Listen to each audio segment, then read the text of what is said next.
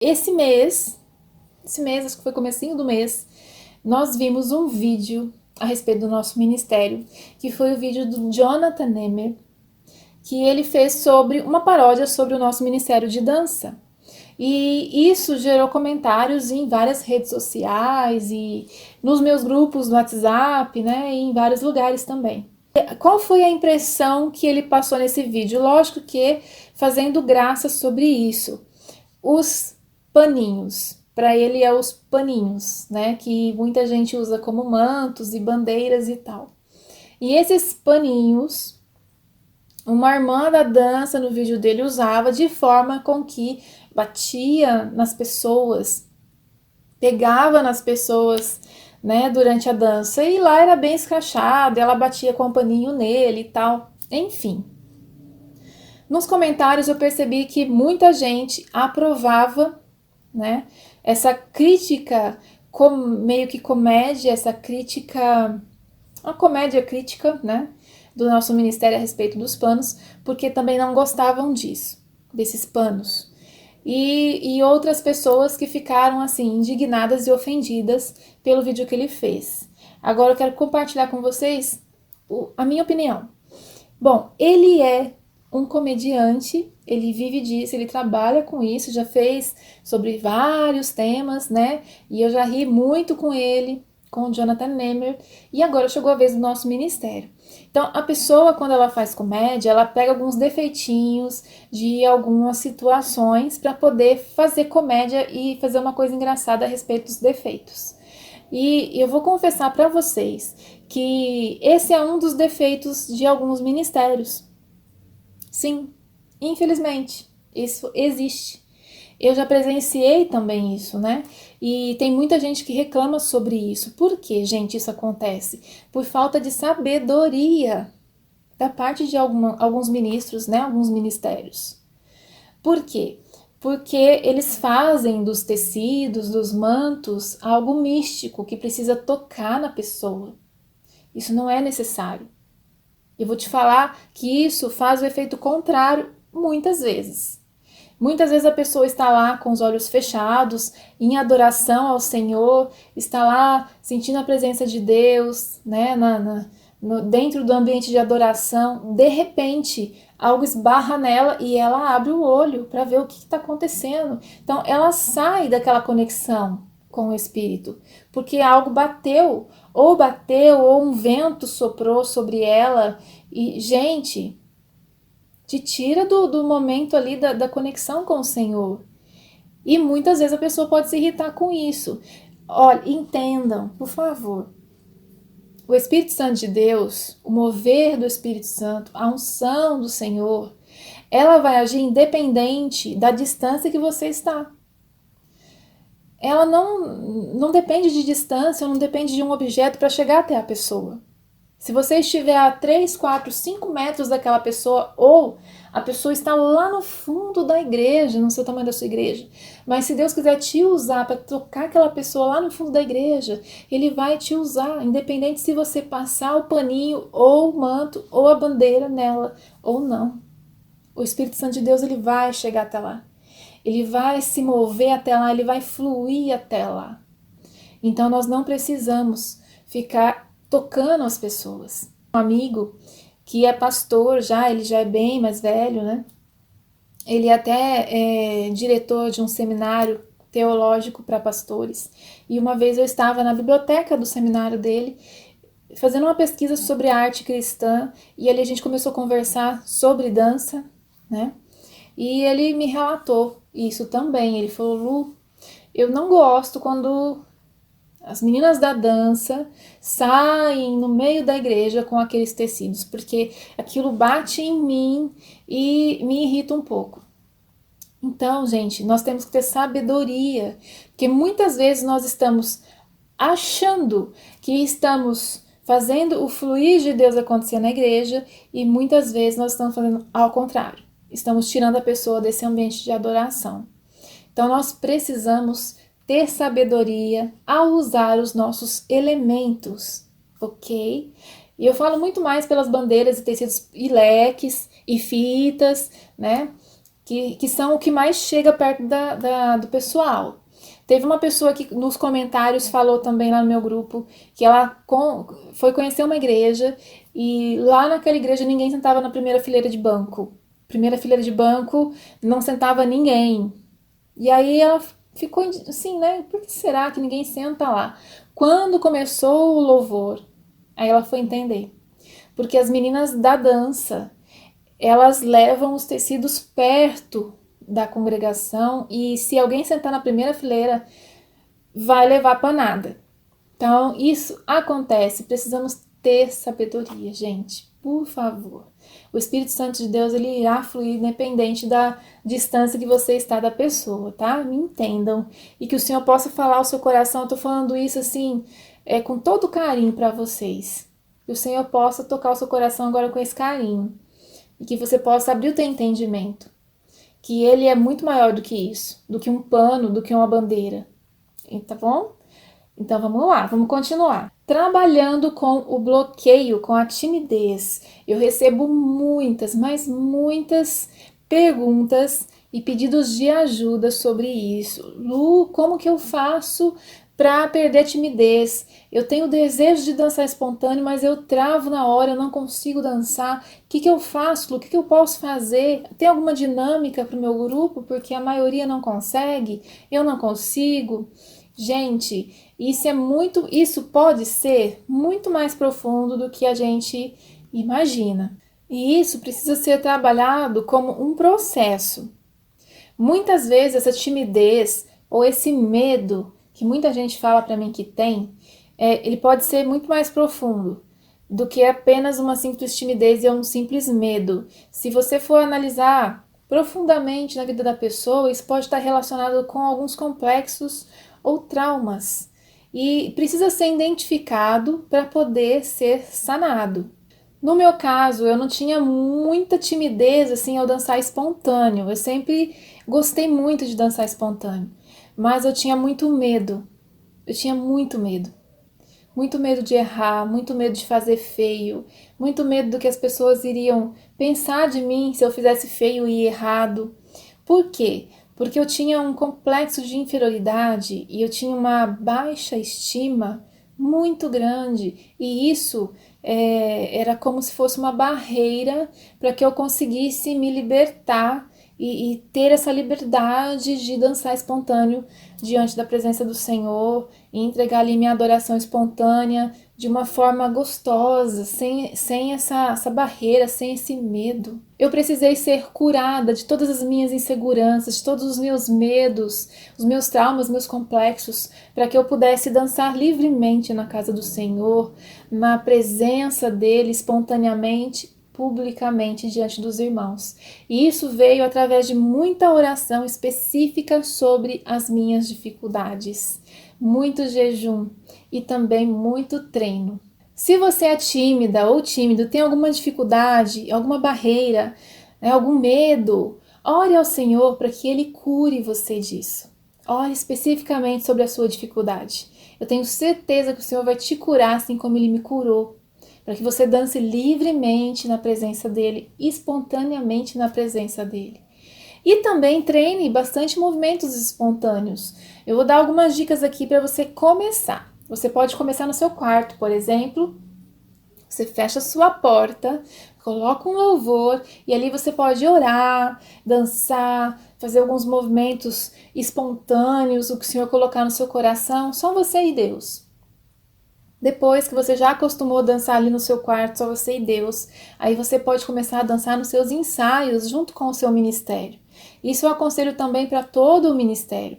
Durante os momentos de ensaio, nós precisamos criar um ambiente de adoração. Então, por exemplo, um ensaio que eu sempre costumo indicar para o pessoal é a oração, uma pequena devocional, né, uma palavra, uma mensagem ali breve, e depois um louvor espontâneo com todo mundo ali na hora do ensaio. Vocês não têm noção de como o ambiente do ensaio muda quando vocês fazem isso antes das coreografias, antes do ensaio em si. muda muito. E ali o Espírito Santo de Deus, ele flui naquele lugar, o ensaio rende, que é uma beleza.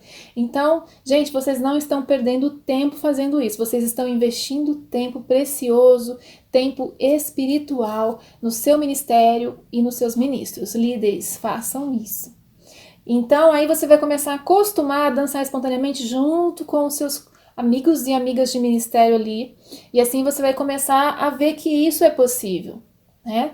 Dançar perto de pessoas e publicamente ali num grupo pequeno. Quando você estiver já acostumado a dançar com o seu ministério espontaneamente, aí você já está pronto para o próximo passo, que é dançar publicamente na hora do culto, com a igreja toda. Então é um processo, você vai primeiro sozinho, depois com um grupo pequeno, para depois ir para a congregação, para a igreja como um todo. Tá? Fica de dica aí. Vá nesse processo que você vai conseguir, tá bom? Aos poucos a gente chega lá. Que o Senhor possa te abençoar, te dar força e ousadia no Espírito Santo para seguir esse caminho espontâneo aí. Próximo tópico: bênção ou maldição. Nós podemos ser bênção ou maldição durante a nossa dança espontânea. Você sabia disso? Eu quero deixar aqui um versículo na palavra do Senhor, que está lá em Tito 2,14, que diz assim: que se deu a si mesmo por nós para nos remir de toda a iniquidade e purificar para si um povo todo seu, zeloso de boas obras. Então, o Senhor, ele se deu, ele morreu por nós para nos remir de todo o pecado e para nos purificar. Um povo todo seu, zeloso. Povo zeloso, purificado e zeloso. Um povo santo e zeloso. É isso que nós temos que ser durante a nossa vida cristã, mas principalmente no nosso ministério, que está à frente da igreja. Nós precisamos ser santos e zelosos com a obra do Senhor. Agora eu vou falar para vocês por que essas duas palavrinhas nessa hora. Bênção ou maldição? A nossa dança, ela pode ser boca de Deus para profetizar, edificar a vida das pessoas. Ou ela pode simplesmente calar sua voz. Gente, é muito sério isso. E como que nós conseguimos calar a voz de Deus enquanto dançamos? Se nós formos maldição na vida das pessoas. Lu, mas como que isso acontece? Isso é mais comum do que a gente imagina. Infelizmente, eu já vi muitos exemplos de pessoas dançando que são maldição na vida da igreja. Infelizmente. Vou falar sobre isso com você para que você possa se atentar a não fazer isso. Para que você possa ser bênção e não maldição. Nós precisamos, gente, cuidar com os nossos movimentos enquanto nós dançamos. A dica que eu dou para vocês é não usarem muito o quadril enquanto dançam. Porque o quadril, ele torna a dança, ele dá um toque sensual à dança quando você usa o quadril. Pessoas que fazem muito aula de jazz, geralmente tem essa levadinha de quadril. Então, se você faz muita aula de jazz, dependendo do estilo de jazz que você faz, que tem vários estilos, né? Mas dependendo do estilo de jazz que você faz, às vezes fica esse código no seu corpo de um quadril mais mole e sem querer você leva isso para a igreja. Gente, vamos cuidar com isso. Cuide disso. Porque de repente você pode estar lá dançando sem perceber com movimentos sensuais. Sem perceber. Eu falo porque já aconteceu com uma amiga minha e eu precisei falar com ela. Na época eu estava líder dela e eu precisei falar com ela. Gente, é muito triste. Eu sei que tem irmãos que exageram, mas quando as mulheres começam a perceber é porque o negócio é verdade, né? Não é porque o irmão tem mente poluída, não. Mas quando as mulheres começam a ficar bravas com alguma ministra de dança, é porque ali tem. Então, meninas, vamos cuidar dos nossos movimentos. Porque através de um movimento você pode fazer a pessoa fornicar mentalmente. Isso é um pecado. Então você está sendo maldição na vida daquela pessoa por fazer ela pecar. Então nós precisamos sempre ter muito cuidado com os nossos movimentos. Outra coisa que nós no Ministério de Dança precisamos ter cuidado, as nossas roupas, as nossas vestes ministeriais, os nossos figurinos. Eu já vi muita gente dançando com roupa transparente, eu já vi gente dançando com decote, eu já vi gente dançando com roupa muito grudada no bumbum, na frente. E eu já fiquei sabendo de gente dançando até sem roupa íntima durante a ministração de dança. Agora vocês imaginem se os irmãos da igreja souberem, as meninas da dança dançam sem roupas íntimas para não marcar a roupa. O que vai acontecer na cabeça dos irmãos quando olhar para a pessoa? Vai ficar pensando, ela tá sem, né? Gente, vamos cuidar com isso. Eu sei que eu tô falando com pessoas maduras aqui, né? Então me entendam, nós precisamos ser zelosas, zelosos e santos com tudo, com os nossos movimentos, com as nossas roupas. Nada pode ter aparência do mal durante a nossa ministração, porque a nossa dança precisa ser uma adoração, e a adoração a Deus não se mistura com o pecado, não se mistura com o mal. Então vamos cuidar, vamos nos atentar para que a nossa dança, as nossas vestes, os nossos movimentos não cale a voz do Senhor, não seja maldição na vida de alguém, não faça alguém pecar.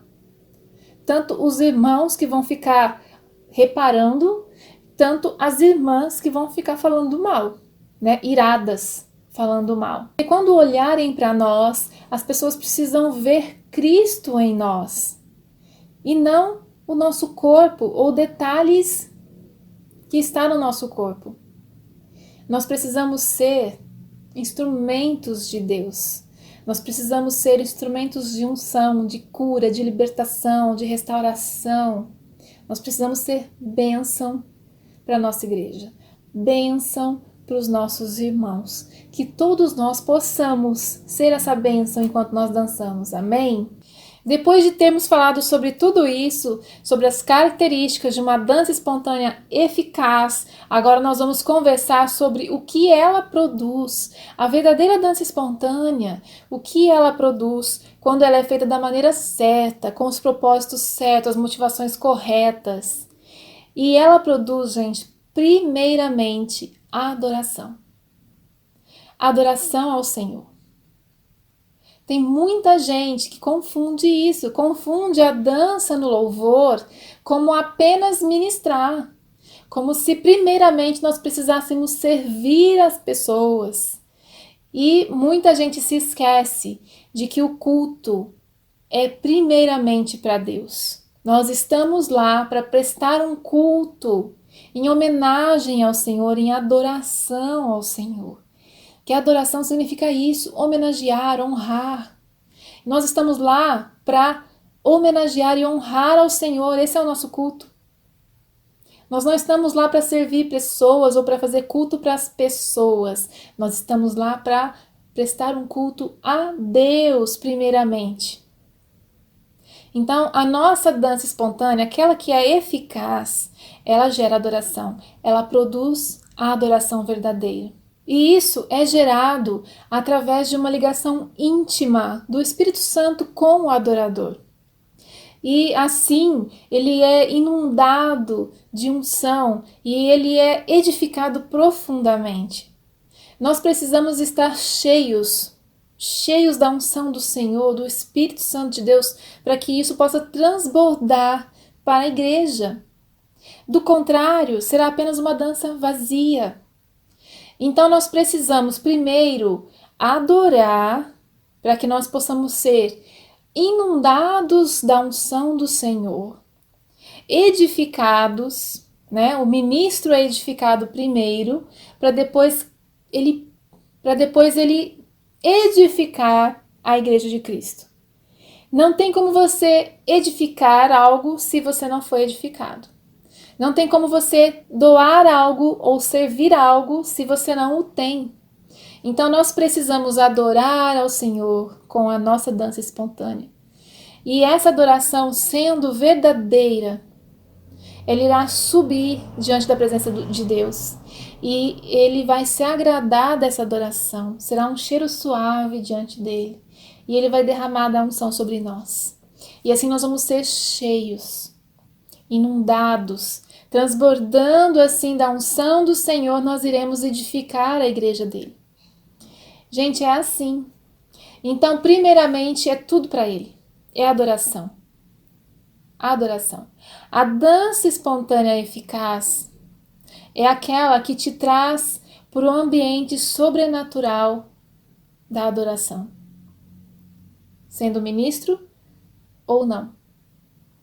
O ministro entra e o ministro atrai as outras pessoas para esse ambiente. Essa é a dança espontânea eficaz.